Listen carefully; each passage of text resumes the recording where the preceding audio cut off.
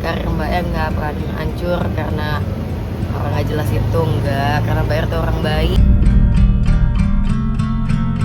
Jadi kuranglah elok juga saya terlalu nyinyir banget, tentu selaku orang tua sudah tidak juga lagi di tempatnya menurut saya.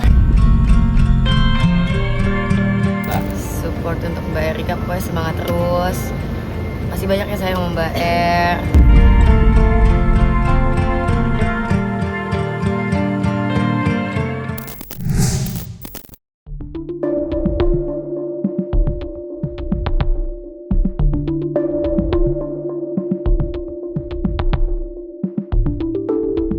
Pengakuan mengejutkan selebritis Erika Tarlina nyatanya masih bergema dengan kencang hingga ke setiap penjuru jagat maya.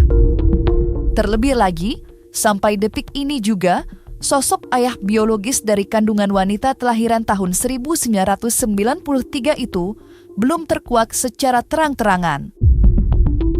Hal itu pula yang akhirnya membuat nama salah satu pria dari masa lalu Erika, yakni DJ Panda, ikut terseret-seret dalam panasnya pusaran perbincangan. Terkait huru-hara ini, selebritis cantik Fujianti Utami pun ikut buka suara, selaku orang yang saat ini menjalin persahabatan hangat dengan Erika Tarlina. Dan mengejutkannya, ketika ditemui, Fuji bagai melemparkan sindiran pedas terhadap sosok pria yang sudah melukai hati sang sahabat. Support untuk Mbak Erika, pokoknya semangat terus. Masih banyak yang sayang sama Mbak E. Karir Mbak E nggak akan hancur karena orang nggak jelas itu, enggak, karena Mbak E itu orang baik. Sama pokoknya jangan stres-stres, kasihan. Ya kalau dari saya sih nggak ada yang bisa saya komentar. Apa yang mau saya komentar? Apa yang mau saya komentar? Anak saya kan hanya berteman dengan seseorang. Ya sejauh itu. Jadi saya nggak ikut campur dan saya juga tidak punya kapasitas untuk menilai dan untuk untuk menyampaikan sesuatu juga tidak ada. Enggak, saya enggak pas juga saya menyampaikan sebab ada kapasitas saya di situ. Ya tentu itu ya seperti itu kita bisa melihat yang kapasitas saya itu untuk menjadi seorang kurang elok, kurang pas juga menurut saya. Jadi kuranglah elok juga saya terlalu nyinyir banget, tentu selaku orang tua sudah tidak juga lagi di tempatnya menurut saya.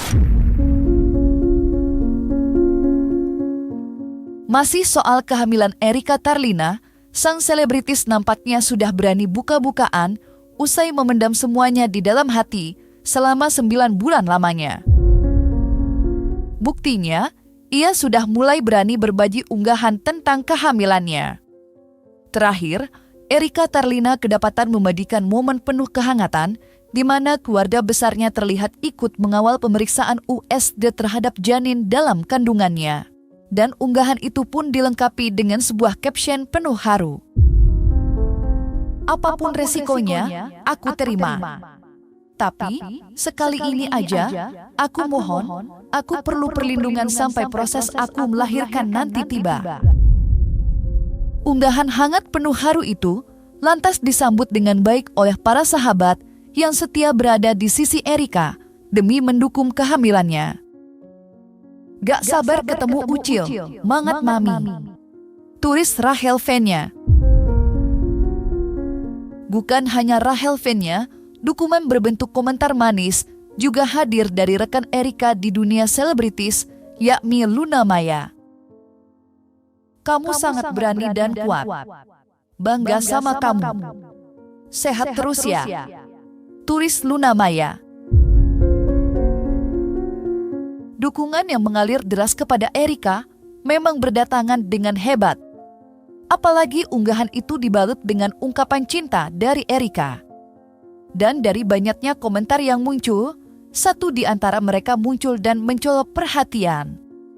Ya, ungkapan itu datang dari Brasisen Sichong, kekasih Erika Tarlina saat ini. Kamu punya kita semua kok sayang.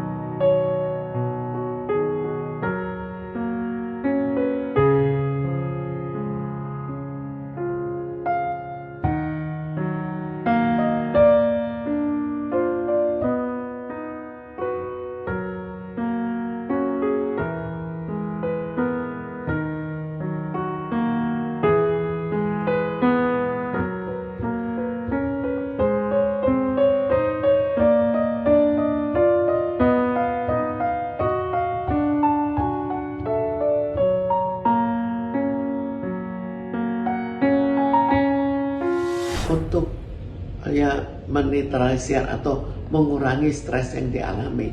Itu bisa siapa saja, bisa keluarganya, bisa orang lain, bisa seorang ahli dalam bidang kejiwaan.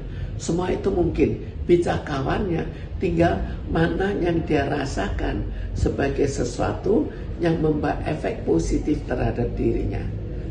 Yang berat adalah jika yang lain juga menyingkirkan dirinya sehingga dia mengatasi semuanya seorang diri.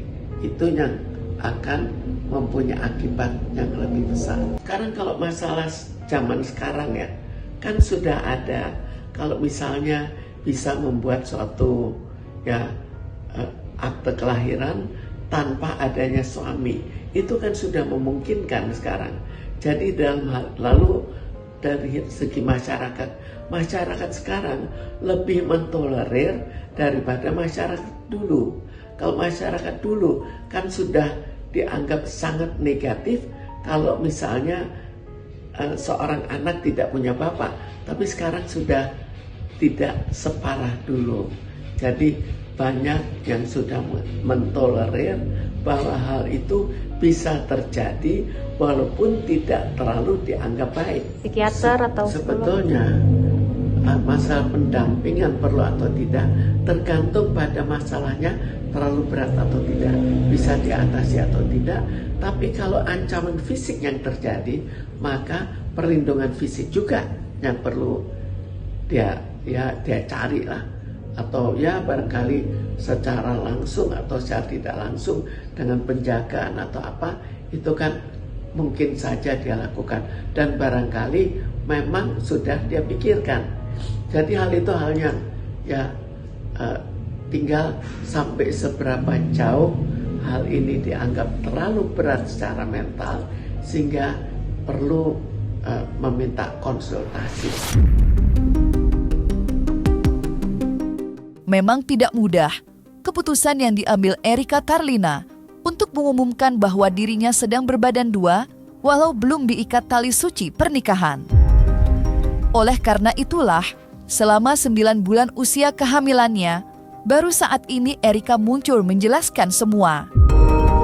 Sontak saja, pro dan kontra pun tak mampu dikesampingkan.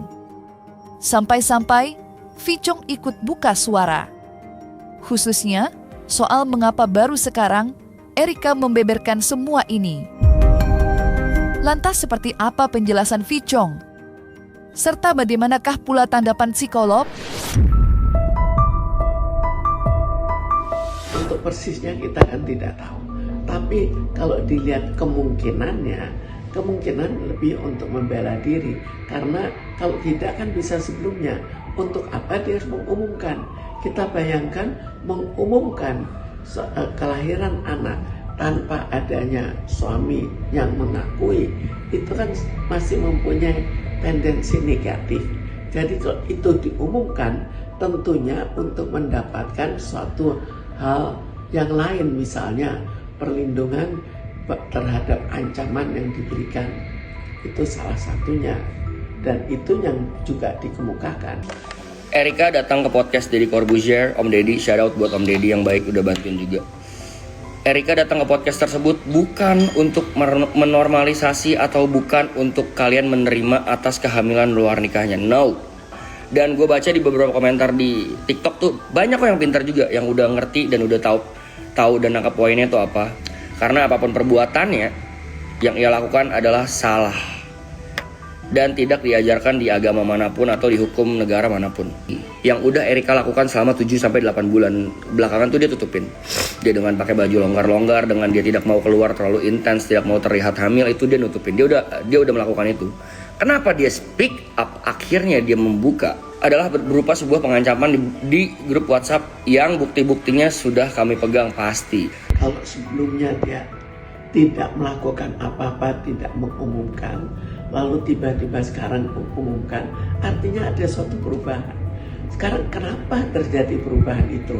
Kalau memang diancam, dan ancaman ini kemungkinan itulah penyebabnya bahwa dia ingin terlindung dengan disebarluaskannya, sehingga jika ada apa-apa maka pacarnya itu yang akan dipersalahkan sebagai orang yang pertama kali dipersalahkan, sehingga harapannya adalah dia juga berpikirlah untuk tidak begitu mudah untuk melakukan perubahan kalau memang dia betul-betul Erika paling sendiri. tidak membantu bahwa mengurangi ketakutan, karena umumnya yang pacarnya juga tidak terlalu berani karena akan terbongkar, mudah terbongkar siapa pelakunya.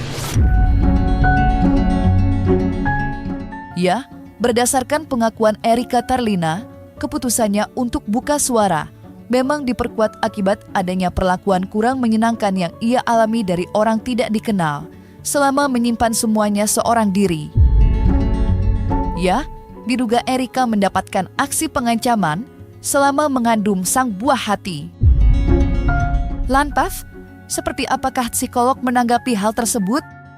Serta bagaimanakah pula bentuk ancaman yang diterima Erika? Ada omongan dan kita udah lihat chatnya itu adalah ancaman. Lihat situasi sekarang ya, situasi sekarang itu pembunuhan kan cukup sering terjadi.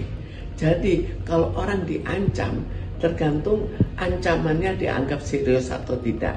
Tapi kalau misalnya pacarnya itu orang yang ya kurang bertanggung jawab, lalu seringkali main dengan hal-hal yang cukup terlarang, itu kan lebih bahaya lagi. Jadi kita bayangkan dia DJ biasanya kan cukup banyak fasilitas atau kenalan dengan orang-orang untuk misalnya ya hal-hal yang kekerasan lah. Jadi saya pikir sangat wajar bahwa dia ketakutan. Karena ketakutannya maka dia akhirnya mengambil jalan keluar untuk lapor. Paling tidak dengan lapor, dengan tersebar di media, kalau ada apa-apa kan pasti lebih takut, karena kalau ada apa-apa pasti pacarnya itu yang diproses lebih dulu. Apapun ancamannya, apapun gibahnya di grup tersebut, bro, you are not human. Karena Tuhan ciptain lu tuh konsepnya bukan, ciptain manusia, kita sebagai manusia tuh konsepnya bukan kayak gitu. Dan gue juga pernah bahas ini, kalau lu gak bisa berbuat baik, minimum banget jangan jadi orang jahat deh. Waktu bikin diem-diem, waktu udah kejadian koar-koar, terus minta tanggung jawab. Nope, you get it all wrong. Don't get me wrong ya, Erika tidak pernah meminta tanggung jawab sama sekali, at all. Sebetulnya semuanya kan mirip, semuanya satu kesatuan. Cuma mana yang lebih besar, itu yang berbeda. Kemungkinan kalau dia baru kemukakan sekarang, lalu baru memberitahukan adanya ancaman, maka itulah ketakutan yang paling besar. Dan di samping itu kan otomatis terjadi suatu ketakutan, otomatis terjadi kegelisahan, otomatis terjadi kesedihan. Jadi semua itu bergabung jadi satu. Badai sudah jatuh tertimpa tangga pula. Hal itulah yang dirasa mampu untuk menggambarkan kondisi kehidupan Erika saat ini. Apalagi, sang kekasih juga menguak fakta baru yang tak kalah menyesakkan dada. Di mana Erika ternyata mengalami berbagai gangguan medis selama 9 bulan usia kehamilannya. Lantas, seperti apakah penjelasan Vicong terkait hal tersebut? Terakhir sebelum dia ke Om Ded tuh dia stres, dia mengalami mual-mual, dia juga flek karena dia tanya ke dokter, orang hamil tuh gak boleh stres, harus happy, harus makan yang bergizi. Dia gak bisa makan karena mual, dia muntah-muntah mulu setiap makan karena mual. Dan juga dia flek berkali-kali, yang gak sekali 2 kali, itu karena dia stres, gak bisa tidur, which itu mengganggu pertumbuhan janin dan juga kesehatan dia. Karena aku sendirian, Om. Aku di Jakarta tuh sendirian. Mami papi tuh harus bolak-balik untuk nemenin aku kan USG kan. Aku tuh gak bisa ngidam loh. Aku gak bisa ngidam karena mau minta ke siapa ngidamnya. Aku sampai gak bisa ngerasain yang Harusnya orang-orang ngerasain gitu. Ngeliat teman-teman aku tuh, oh gini ya, hamil. Risikonya adalah pada saat selama kehamilan dia kan tidak dalam keadaan tenang. Kalau tidak dalam keadaan tenang, kita bayangkan bahwa tubuhnya juga tidak terlalu sempurna. Itu ditakuti, siapa tahu anaknya nanti ya gizinya kurang, bukan karena gizi tapi karena peredaran darah di tubuhnya. Mungkin saja terjadi suatunya kurang, mungkin juga ya walaupun kurang tetap mencukupi lah, tidak masalah. Jadi itu yang barangkali juga dikhawatirkan. Tapi hal itu bisa diketahui dari sekarang, bisa dilihat sudah bisa dilihat apakah anaknya terlalu kecil atau tidak. Kalau sampai sekarang tidak ada apa-apa, ya juga kira-kira tidak terjadi apa-apa. Kelahirannya mungkin dalam keadaan cukup ketakutan, cukup stres. Tapi kalau dilihat bahwa dia sebagai seorang yang melahirkan anaknya tanpa bapak, sekarang kan ya bukan suatu hal yang terlalu aneh. Jadi tinggal sampai seberapa jauh dia bisa beradaptasi terhadap hal itu dan menganggap itu bahwa ya tidak terlalu aneh melahirkan anak tanpa adanya suami.